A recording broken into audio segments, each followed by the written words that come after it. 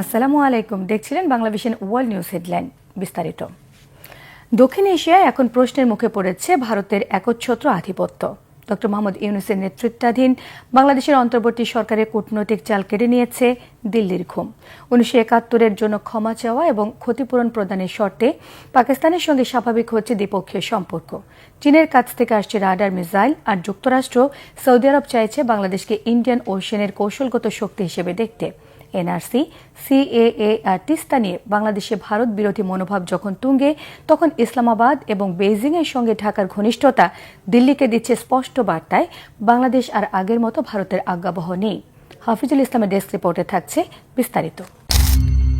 দক্ষিণ এশিয়ার ভূ রাজনীতিতে নতুন শক্তি হিসেবে নিজের উপস্থিতি জানান দিচ্ছে বাংলাদেশ।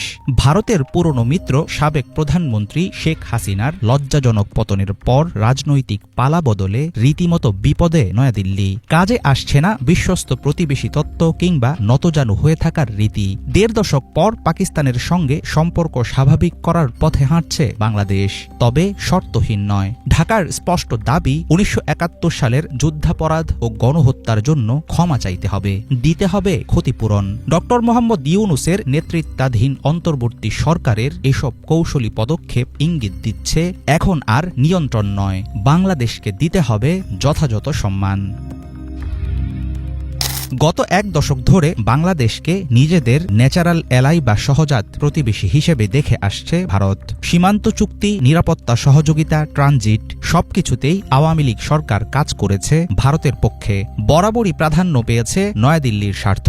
কিন্তু অন্তর্বর্তী সরকার ক্ষমতা গ্রহণের পর থেকে একটি ভারসাম্যপূর্ণ ও বহুজাতিক পররাষ্ট্রনীতির দিকে পরিচালিত হচ্ছে বাংলাদেশ।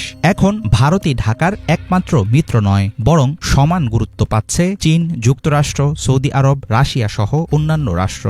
আন্তর্জাতিক অঙ্গনে মর্যাদাপূর্ণ সম্পর্ক তৈরিতে বেড়েছে সরকারি তৎপরতা।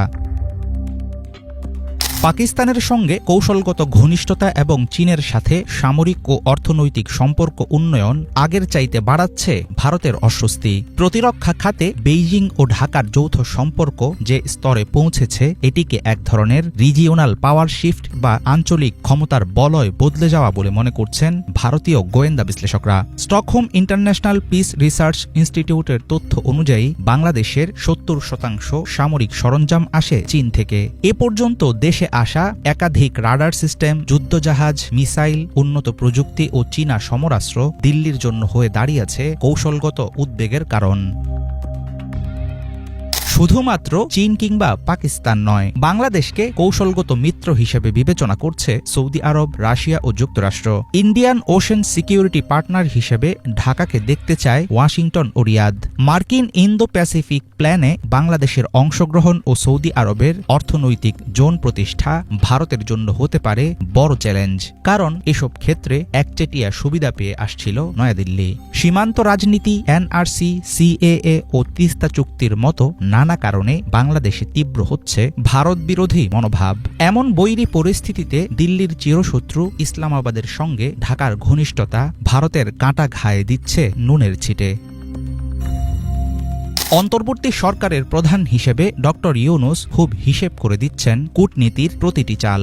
অর্থনৈতিকভাবে ভারতের চেয়ে ছোট হলেও কৌশলগত দিক থেকে এক ধরনের আঞ্চলিক হাব হয়ে উঠছে বাংলাদেশ। ক্ষমা চেয়ে ও ক্ষতিপূরণ দিয়ে হলেও সম্পর্ক উন্নয়নে আগ্রহ দেখাচ্ছে পাকিস্তান। অন্তর্বর্তী সরকারের বহুপাক্ষিক কূটনীতির ফলে তৈরি হচ্ছে ভারত মহাসাগর, চীন ও মধ্য এশিয়া আর পশ্চিমা সামরিক জোটগুলোর সঙ্গে সংযোগ বৃদ্ধির নতুন নতুন সম্ভাবনা। বর্তমান পরিস্থিতি মনে করিয়ে দিচ্ছে দক্ষিণ এশিয়ায় শেষ হতে চলেছে ভারতের একচেটিয়া প্রভাব। তবে এর ফায়দা ঘরে তুলতে হলে বাংলাদেশকে থাকতে হবে সদা সতর্ক। হাফিজুল ইসলাম, বাংলাভিশন।